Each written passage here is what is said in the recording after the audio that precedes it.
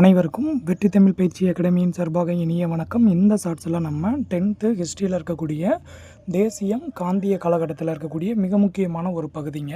So இந்த பாடத்தில் நம்ம எதை பற்றி பார்க்க போகிறோம் அப்படின்னா இந்த பகுதியை தான் நம்ம பார்க்க போகிறோம். இதில் இருக்கக்கூடிய இம்பார்ட்டன்ஸ்லாம் என்னென்ன அப்படின்றத நீங்கள் வந்து தெரிஞ்சுக்கிறணும். ஸோ இதை கொஞ்சம் நீங்கள் நல்லா பார்த்துக்கிறணும். என்ன இருக்குது அப்படின்னு சொல்லி பார்த்தீங்க அப்படின்னா, காந்தியடிகள் வந்து தென்னாப்பிரிக்கா இருக்கக்கூடிய டிரான்ஸ்வால் அப்படின்ற ஒரு பகுதி இருக்குங்க. அந்த பகுதியில் இருக்கக்கூடிய மக்கள் கூட்டத்தை கூட்டி குறைகளை கேட்குறாங்க. ஏன் அப்படின்னா, அந்த டிரான்ஸ்வாலில் வந்து இந்தியர்களுக்கு வந்து என்ன பண்ணப்படுது அப்படின்னா, தலைவரியாக 3 பவுண்டுகள் செலுத்த வேண்டியிருந்தது. இது கேள்விங்க. சரிங்களா? ஸோ அப்போ தென்னாப்பிரிக்காவில் டிரான்ஸ்வாலில் இருந்தக்கூடிய பகுதிகள் வந்து தலைவரியாக எவ்வளோ செலுத்த வேண்டியது இருந்துச்சு அப்படின்னா 3 பவுண்டுகள். ஸோ அது மட்டும் இல்லாமல் அவங்க இந்தியர்கள் அங்கே வந்து வேறு எந்த ஒரு இடத்தையுமே வந்து வாங்க முடியாது.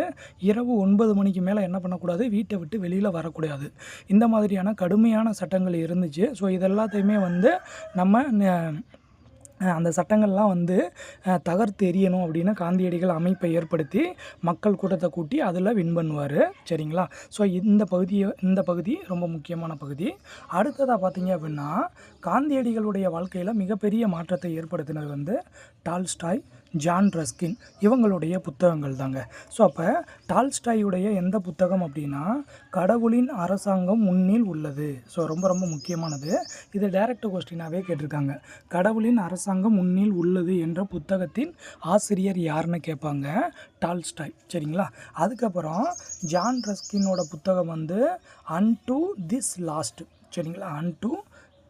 அன்டு திஸ் லாஸ்ட் அப்படின்னு சொல்லி சொல்லுவாங்க. இது ஜான் ரஸ்கினோட புத்தகம். அடுத்து தாரோ அவருடைய புத்தகம் வந்து சட்ட மறுப்பு. இந்த புத்தகங்கள் எல்லாமே காந்தியடிகளுக்குள்ளே வந்து பெரும் தாக்கத்தை ஏற்படுத்திய புத்தகங்கள். சரிங்களா? கடவுளின் அரசாங்கம் முன்னில் உள்ளது அப்படின்றது டால்ஸ்டாயுடைய புத்தகம்.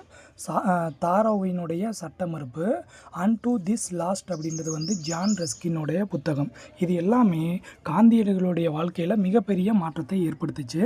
அதுக்கப்புறம் ஜான் ரஸ்கின் மேலே இருந்த மிகப்பெரிய ஒரு தூண்டுதல்னால காந்தியடிகள் என்ன பண்ணுறாரு அப்படின்னா, 1905 பீனிக்ஸ் குடியிருப்பையும் 1910 டால்ஸ்டாய் பண்ணையையும் நிறுவுறாரு. இதுவும் கேள்வி. சரிங்களா?